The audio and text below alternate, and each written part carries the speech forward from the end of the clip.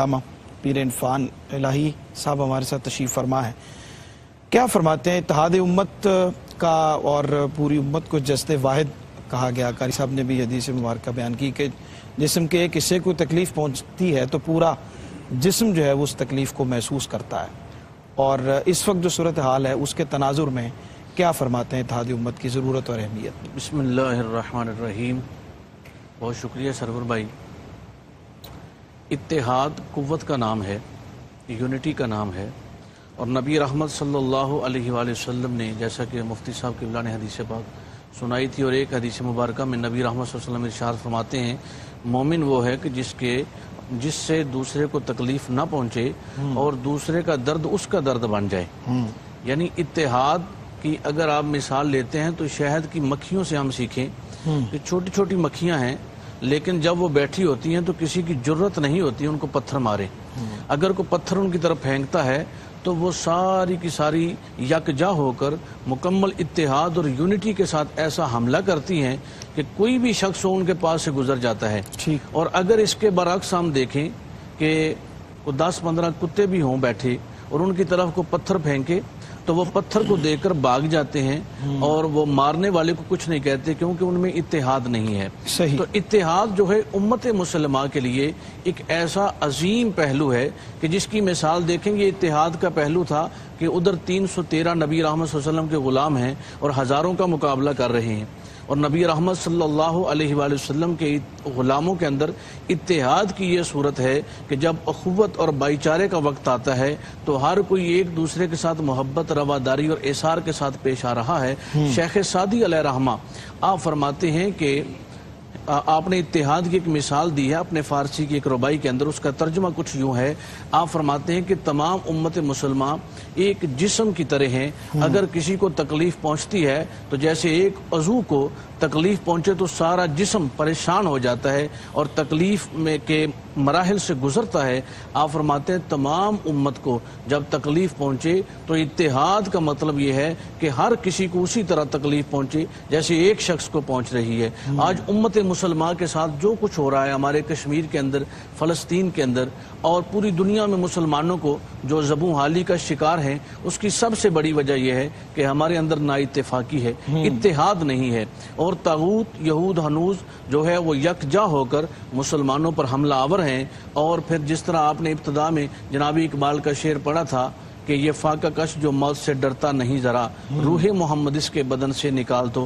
آج یہود کو، ہنوز کو، طاغوت کو ہماری کوٹھی کاروں اور بنگلوں سے کوئی ڈر نہیں ہے، ہمارے لباس اور مال سے ڈر نہیں ہے. اگر ان کو ڈر ہے تو ہمارے اتحاد سے ڈر ہے کہ یہ نبی رحمت صلی اللہ علیہ وسلم کی ذات اور حضور کی محبت اور عشق پر اگر ایک ہوئے تو ہمیں ان سے یہ ڈر ہے کہ پھر ان پر ہمارا کوئی چارہ کار نہیں چلے گا. بالکل ٹھیک.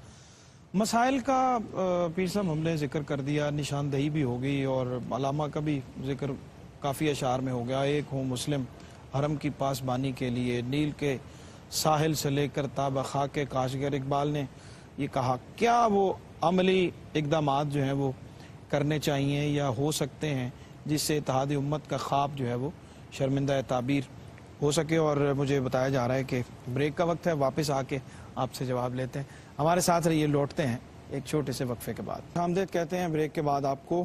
خلق عظیم دیکھ رہے ہیں آپ لاہور اسٹوڈیو سے RYQ TV کے، اور اتحاد ہمارا موضوع ہے. بریک پہ جانے سے پہلے ہم نے مسائل کا ذکر کیا، اس کی وجوہات کی نشاندہی کی، اور اب اس طرف چلتے ہیں کہ اس کا حل کیا ہو سکتا ہے. بریک پہ جانے سے پہلے میں نے حضرت کی خدمت میں سوال عرض کر دیا تھا، میں جواب کا منتظر. یہ اس کے لیے سب سے پہلی بات یہ ہے کہ امت مسلمہ جب ہم توحید واحد پر کاربند ہیں، اسی طرح رسالت محمدی صلی اللہ علیہ وآلہ وسلم کے ہم مطیع اور اپنا تابع ہیں، اس کے لیے تمام امت مسلمہ آج نبی رحمت صلی اللہ علیہ وسلم کے اسوہ حسنہ پر، حضور کی سیرت طیبہ، حضور کے ساتھ محبت و عشق پر جب متفق ہوگی تو اس میں ہمارے درمیان کسی قسم کا کوئی خلل نہیں رہ جاتا.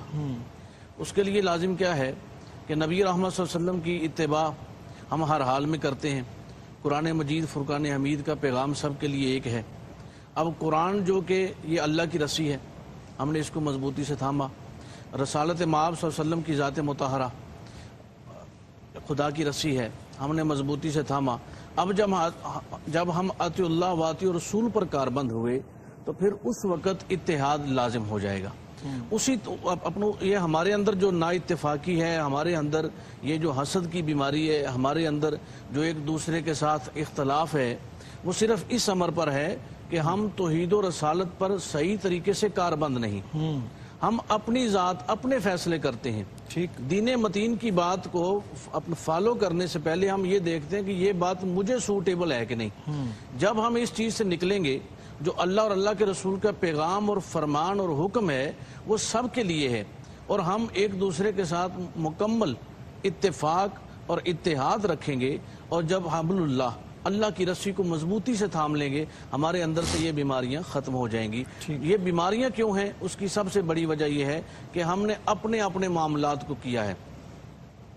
جو علماء ہیں وہ اپنی بات کرتے ہیں، جو شیوخ ہیں وہ اپنی بات کرتے ہیں، عوام اپنی بات کرتے ہیں۔ جب اپنی بات ہم چھوڑ کر اللہ اور اللہ کے رسول کی بات کو پکڑیں، اللہ اور اللہ کے رسول کے پیغام کو ہم جو ہے عام کریں، اور قرآن مجید فرقان حمید جو ذالک الکتاب لا ریب فیہ کا پیغام لے کر آئی ہے، اور ھدی للمتقین، اور خدا تعالیٰ نے اس میں واضح پیغام دے دیا، یضل بہ کثیرا ویہدی بہ کثیرا، بہت سے گمراہ بھی ہوں گے، بہت سے ہدایت بھی پائیں گے۔ اب ہم یہ کہتے ہیں کہ حضور نے فرما دیا 73 فرقے ہوں گے تو بس ہوں گے، اب یہ ضروری تو نہیں۔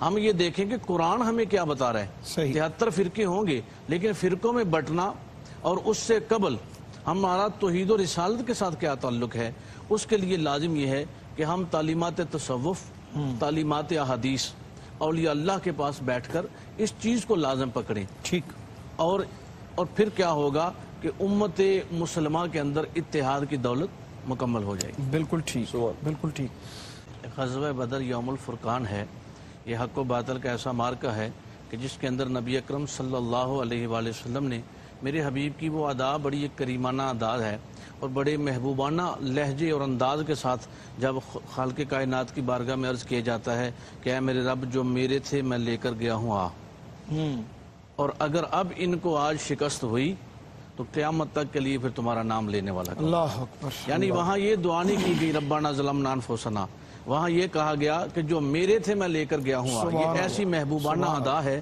اور یہ ادا قیامت تک کے لیے ہر آنے والے کو یہ بتاتی رہے گی کہ جو حبیب کے قدموں کے ساتھ لپٹ جاتے ہیں، جو حبیب کے غلام ہو جاتے ہیں، پھر ان کو یہ مجدہ جاں فضا سنا دیا جاتا ہے کہ جو میرے تھے میں ان کو لے کر آ گیا ہوں۔